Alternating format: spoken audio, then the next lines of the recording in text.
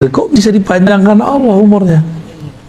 Coba lihat, Nabi Khidir itu sebenarnya tugasnya mirip-mirip kayak malaikat Jibril, bawa risalah. Bedanya malaikat Jibril malaikat,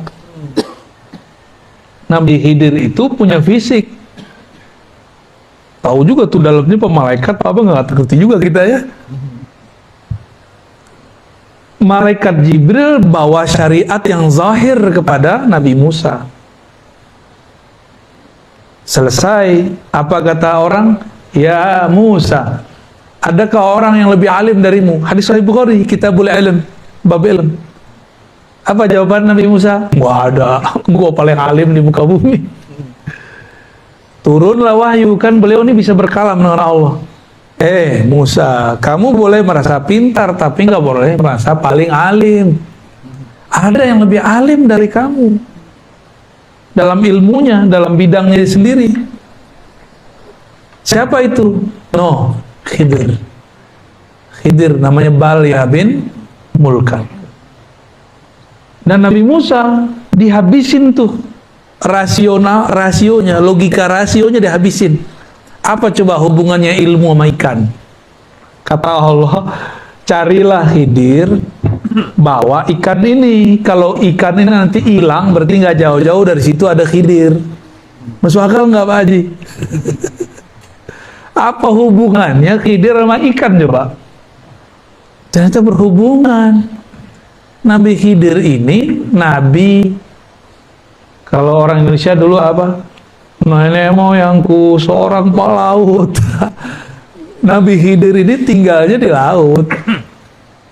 Kalau di laut berarti urusannya sama ikan. Maka diberi simbol. Simbol-simbol begini nih, itu Allah Allah selipkan di Quran.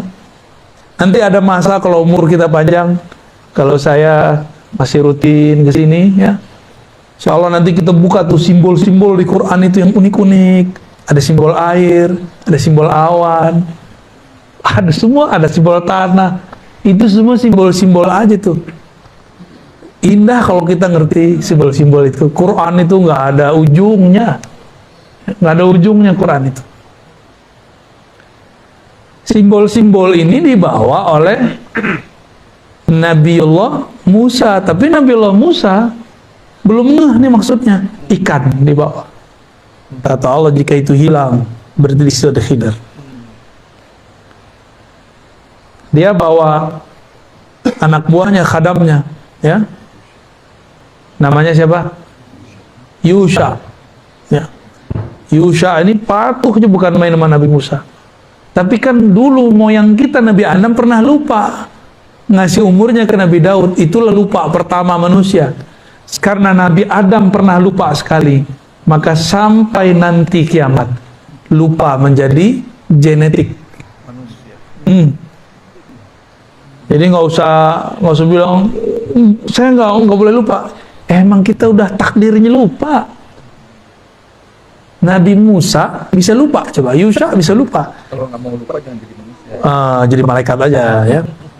Terus jalan. Terus Nabi Musa bilang, kita rehat lagi yuk. Rehat. Pas rehat, Nabi Musa nanya, Yusha, aina samak, aina al-hud, mana ikannya? Yusha merasa bersalah. Biasa kan dia khidmah, dia bertugas. Wahai Nabi Allah Musa, saya lupa ikannya di mana. Tempatnya dibawa, ikannya nggak ketahuan. Akhirnya Nabi Musa nggak marah. Nabi Musa nggak marah, karena nggak boleh marah. Ini lagi belajar Khidriyah nih, nggak boleh marah-marah. Ya, itu Nabi Musa lagi masuk ke Thariqat Khidriyah kalau bahasa kita zaman ini. Ya, karena mau belajar risalah yang diturunkan Allah ke Nabi. Ya, saya ulang tadi. Ada Jibril di langit, ada Khidir di bumi. Ini membawa risalah langit, ini membawa risalah bumi, sama. Cuma bedanya, ini risalah langit itu isinya hukum normatif syariat, syariat yang zahir, sedangkan Nabiullah Khidir itu dapat risalah batin. dapat risalah batin. Kejadian setelah kejadian, itu yang dibahas oleh beliau. Jika ada suatu kegiatan, apa ujungnya? Ujung-ujungnya ini yang menjadi syariatnya Nabi Khidir. Nabi Musa nggak marah, Nabi Musa mengatakan, ya udah kita balik. Ini Nabi Musa loh, berproses loh belajar. Masa kita nggak berproses? Ya. Dan itu lama sekali. Sampai kemudian ketemu, jadi dia udah sekalian kali berhenti. Ketemulah tempat berhenti yang pertama. Ternyata itu ikan sudah nggak ada dari tempat itu. Dia udah bawa-bawa aja tuh tempat kan. Yusha, ya. Disitulah kemudian yang mengatakan, oh di sini. Ya udah, dia tunggu. Nggak lama habis itu datang Nabi Khidir. Nabi Khidir mengatakan, kita buat kontrak belajar dulu ya. Kamu nggak bakal sanggup lah. Nabi Khidir langsung hantam dia. Satu logika, apa hubungannya ikan sama Khidir, dihabisin tuh. Yang kedua, Nabi Khidir kemudian hancurkan egonya Nabi Musa. Apa kata Nabi Khidir? Kamu nggak bakal ngerti. Disitulah Nabi Musa merendah. Ya, wahai Tuhan, apakah engkau berkenan mengajarkan apa yang Allah ajarkan kepadamu?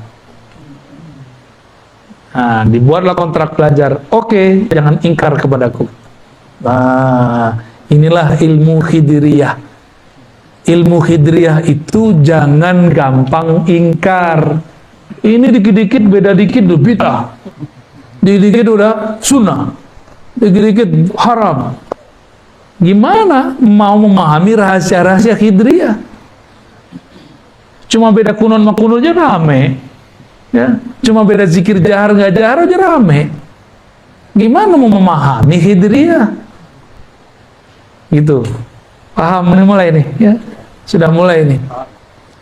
Nabi Musa sempat akan berpikir suuzon kepada orang. Ini yang mau dipapas, mau dihabisin oleh Nabi Khidir. Beliau ketemu anak kecil dibunuh. Apa kata Nabi Musa? Nabi Musa kan seorang qadhi, hakim, sekaligus penyidik. Oh, dulu lengkap semuanya kerjaan beliau.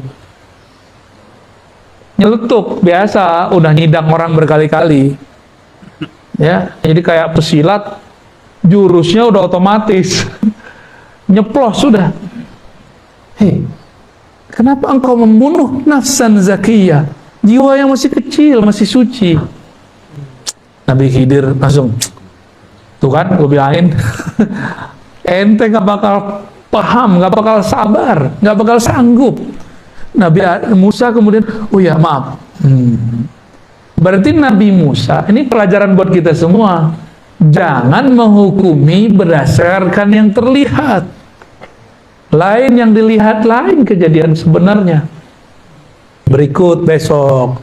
Dan itu bukan besok. Di kisah yang saya dapat dari guru-guru saya, itu bukan 3 kejadian itu. Antara satu kejadian ada kejadian kecil-kecil. Dan itu lamanya 6 tahun. Perkiraannya.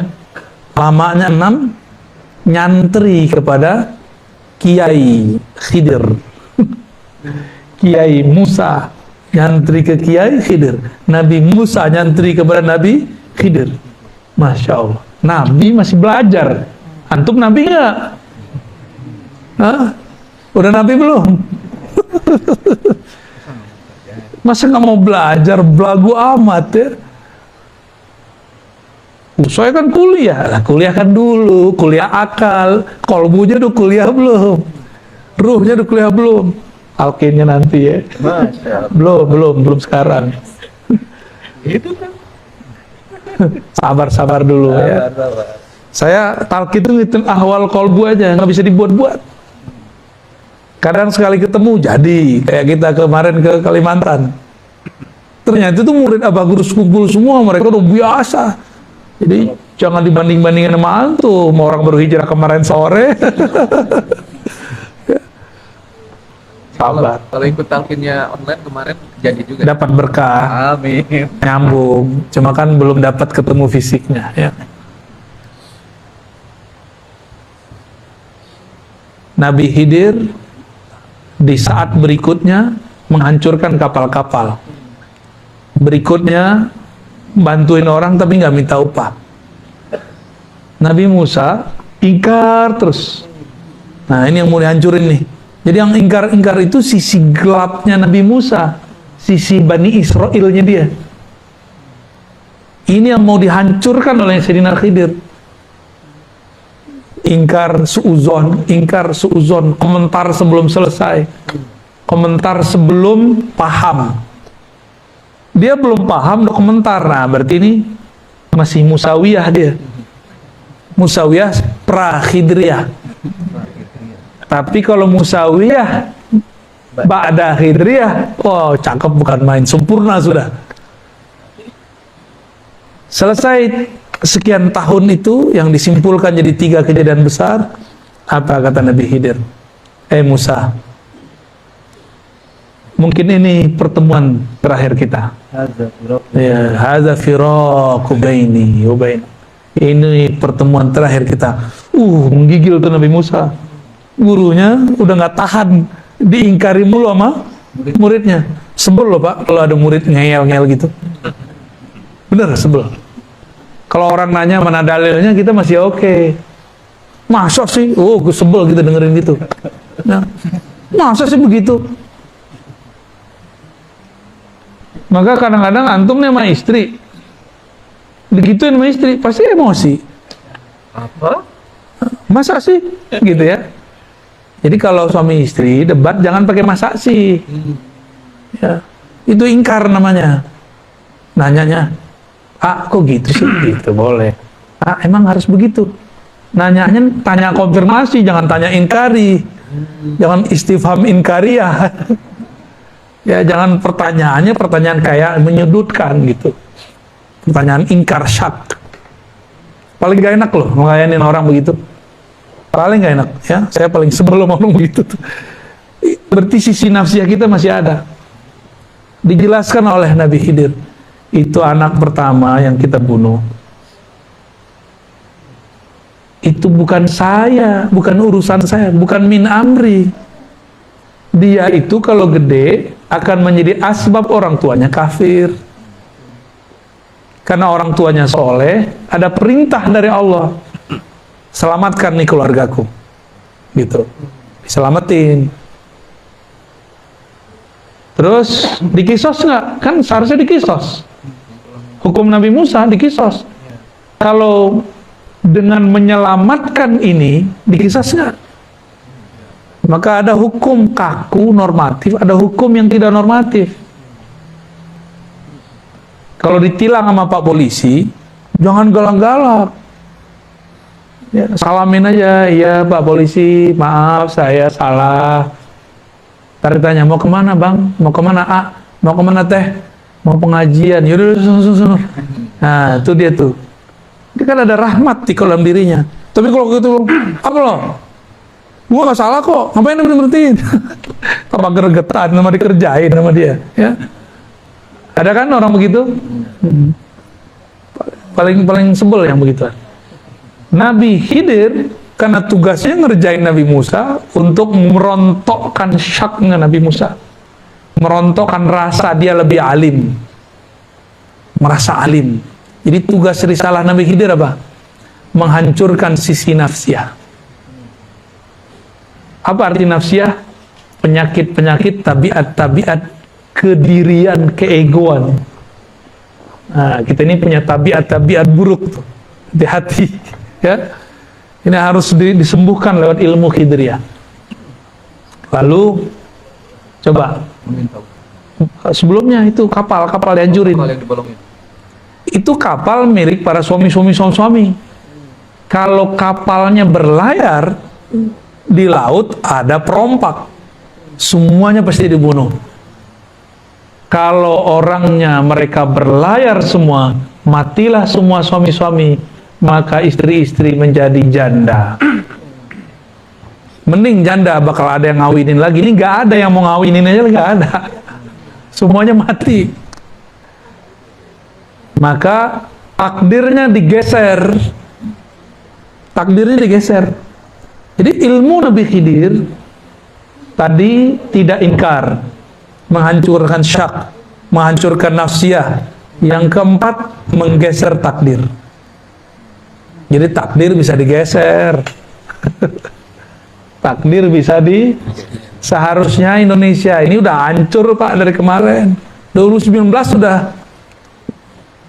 udah kayak Taliban gitu udah kayak Afghanistan, hancur udah. Perang saudara gitu, udah kayak Suriah seharusnya 2019 kemarin. Ini kalau ngitung takdir Pak, ngitung takdir. Lah kok yang bertarung satu jadi presiden, satu jadi menteri, itu kan aneh, itu takdir apa itu? Itu kalau nggak paham Hidriyah nggak ngerti. Kalau nggak ada wali-wali Hidriyah di sini, wali-wali yang punya ilmu Hidriyah di bumi ini, di negeri kita Nusantara ini, Indonesia sudah jadi Irak, sudah jadi Suriah, sudah jadi Libya, lewat sudah. Maka kita bersyukur walaupun hidung pesek-pesek begini, ada wali Pak di antara kita. Ya, ada wali di negeri ini. Mereka lah paku-paku bumi. Mereka lah pagar-pagar negeri. Ya. Jadi jangan lagi ngeluh jadi orang Indonesia, jangan lagi pakai puisi Khairul Anwar, aku malu jadi orang Indonesia. Itu kan kritik sebenarnya maksud beliau itu Khairul Anwar. Tapi orang salah paham, dikira kalau Anwar itu nggak nasionalis. Ya lagi-lagi gagal Hidriyah. Kita nyebutnya Hidriyah Pak ya. Khidir. Biar gampang. Jadi apa ilmunya tadi? Satu, tidak ingkar. Nggak langsung ingkar sebelum selesai kejadiannya. Terus hancurkan syak.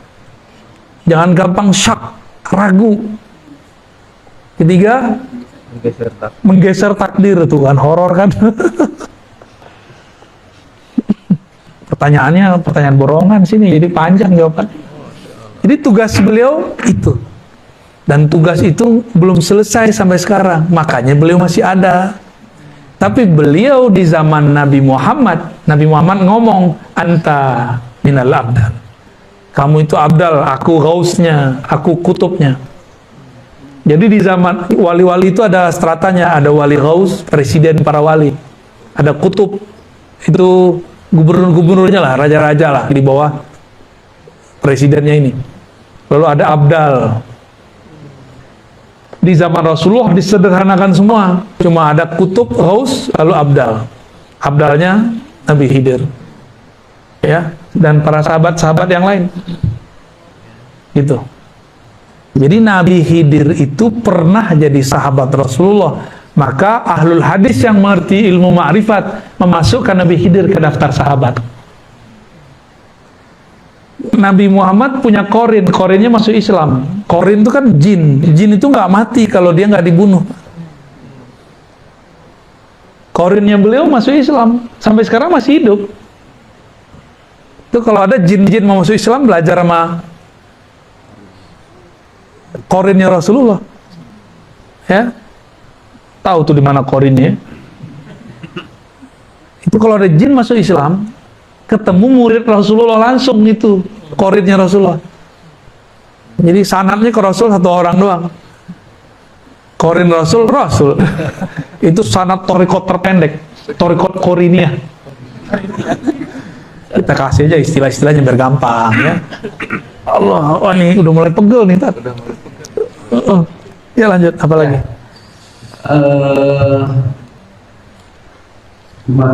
Sebetulnya pagi ini gue ada agenda lagi di Kamiskin, tapi masih ada dua. Yang pertama pendek sekali mungkin dari Pak Sebi Ismail. Tolong dibacakan doa yang Nabi Khidir untuk umat Muhammad. Allahumma pilih umat Muhammad dan seterusnya. Kan antum udah hafal. Ya itu seterusnya. Jadi Imam Suyuti menyebutkan dalam risalah-risalahnya, Nabi Khidir ini berdoa. Apa doanya? Allah marham ummat Muhammad. Ya Allah, rahmati, itu rahmat lagi ya. Sayangi umat Nabi Muhammad. Tuh, penyayangnya Nabi Khidir sama kita kan? Ya Allah sayangi umat Nabi Muhammad. Kita umat Nabi Muhammad gak? Dapat doa Nabi Khidir.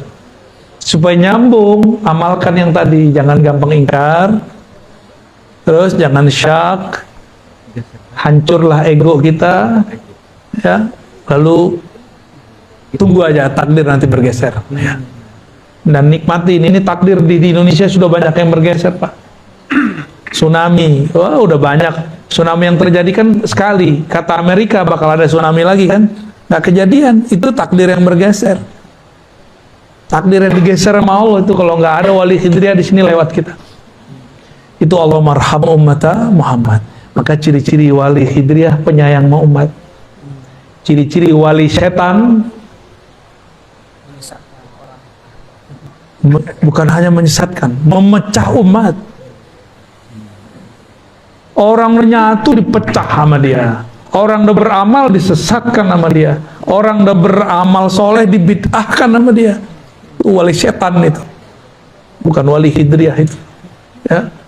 Dan tambah banyak, ini nggak akan tambah sedikit, ya. Semoga Al-Ma'sum nanti rajin buat kajian-kajian Ahlus Sunnah yang sudah dapat nur hidriyahnya, ya. Jangan sibuk hal-hal yang ya kecil-kecil lagi. Ini persoalan kita, umat kita sudah banyak ini, ya. Kita kembalikan. Kenapa ada surat Al-Kahf? Ceritanya cerita Khidir sama Nabi Musa. Itu kita praktekin sekarang, ya. Allahumma arham ummata Muhammad. Apalagi Allahumma aslih ummata Muhammad. Ya Allah, islahlah umat Muhammad. Disatukan nggak mungkin, diislah mungkin. Jadi jangan bermimpi mau nyatuin umat. Saya ini dulu belagu amat mau nyatuin umat, mau nyatuin ustaz. Waktu saya masih remaja, ada salah satu mentor kami ingin menyatukan ustadz. Dua ustadz nih, satu LC Tamatan mana, satu LC Tamatan mana. Kalau saya masih LC Ciputat. Ya. Si mentor kita ini ingin mengislah dai-dai ustadz-ustadz. Maka dia undanglah makan bersama di rumahnya. Apa kata LC yang satu? Kalau ada dia, gue nggak hadir. Kata yang kedua, kalau ada Ustadz PA itu, saya nggak hadir. Akhirnya dua-duanya tidak, jamaahnya hadir semua. Jamaahnya kuciwo. Kita mikir, ini yang badung kita apa Ustadz kita sih? Ya. Yang bejat kami apa Ustadz gitu.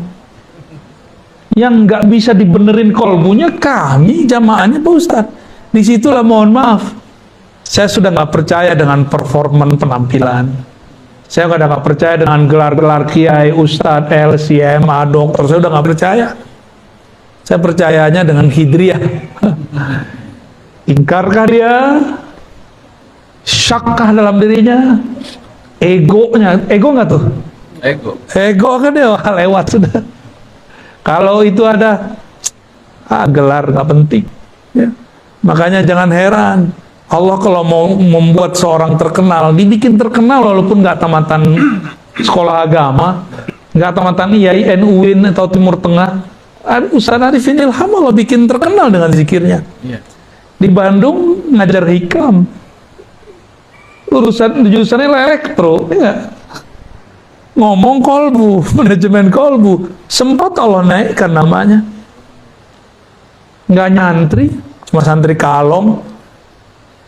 Yang dokter-dokter di UIN kemana? IAIN mana? Dokter Azhar mana? Lewat sama popularitas dia, karena dia berbicara rahmat.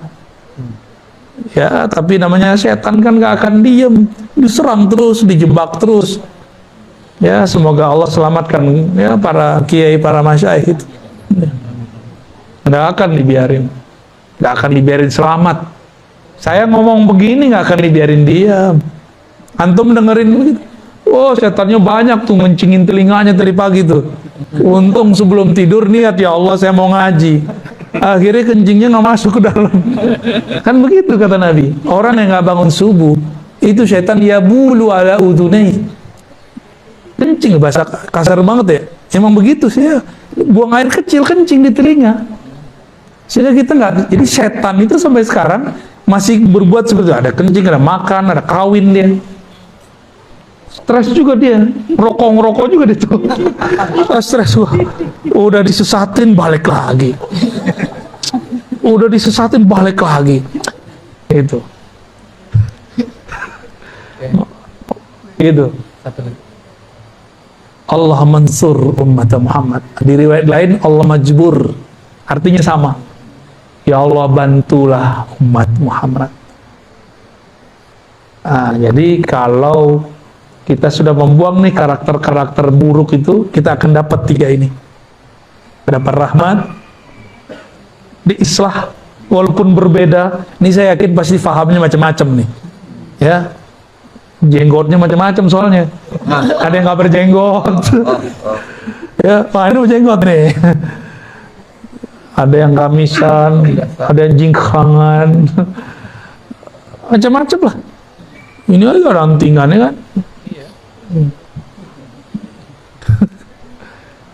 Kalau nggak pakai khidir ya suzon sama dia. Ya. Bakal sujon. Itu kiai yang sedang bersembunyi. Waduh. Gawat. Kira-kira begitu ya. Satu lagi Buya boleh? Apa tuh? Satu lagi. Oh ya. Iya. Sedikit aja jawabnya ya. Apakah nanti di kuburan kita sendirian atau bisa pertemuan dengan teman atau siapa? Antum mau ketemuan? Boleh. Sarannya Saya mau pindah kampung, pindah negeri. Mau ketemuan gimana caranya? Kenalan dulu. Baik-baikan dulu. Ya, kirim-kirim doa dulu lah, kirim-kirim Fatihah. Di dunia kirim hadiah. Karena fisik, hadiahnya fisik. Kalau dia sudah meninggal, kirim ke ruhaninya Fatihah. Kalau guru masih hidup jangan Fatihah doang. Ya. Masa guru ngaji kita Fatihah doang? Ya lapar juga dia. Jadi kalau punya guru ngaji di kampung, kasih hadiah Pak. Kalau kita pulang bawa. Sekarang tuh orang butuh duit, kasih duit ya. Guru ngaji, guru agama, guru sekolah. Gak hanya guru-guru agama kalau bisa. Guru yang bikin kita bisa ngerti cara menjalani hidup. Kalau dia berduit, gak usah kasih duit, mungkin kasih hadiah benda, barang. Ya. Tahadu, saling berbagi hadiahlah kamu akan saling mencintai. Itu guru orang kalau sering dikasih hadiah. Nih Ustadz nih dikasih hadiah seseorang, berkesan loh di hati. Pasti berkesan di hati. Teringat kalau doa, ya Allah orang ini baik sekali kepadaku. Tolong lancarkan urusannya. Gitu. Aku nggak bisa balas. Aku nggak bisa balas dengan materi. Ya Allah, Engkau yang bisa balas. Oh, kalau Allah yang balas kan enak banget. Ya, dia cuma ngasih materi. Allah kasih materi dan imateri kan enak dapat doa orang soleh itu enak. Ya. Tapi jangan syak. Masalahnya kita sering syak. Jadi mungkin nggak ketemu, mungkin kalau di dunianya sudah baik, saling kenal, maka bergurulah, bersanatlah, berikhwahlah, bersaudaralah. Jangan nafsi-nafsi sendiri-sendiri. Berjamaahlah walaupun kita pasti berbeda-beda.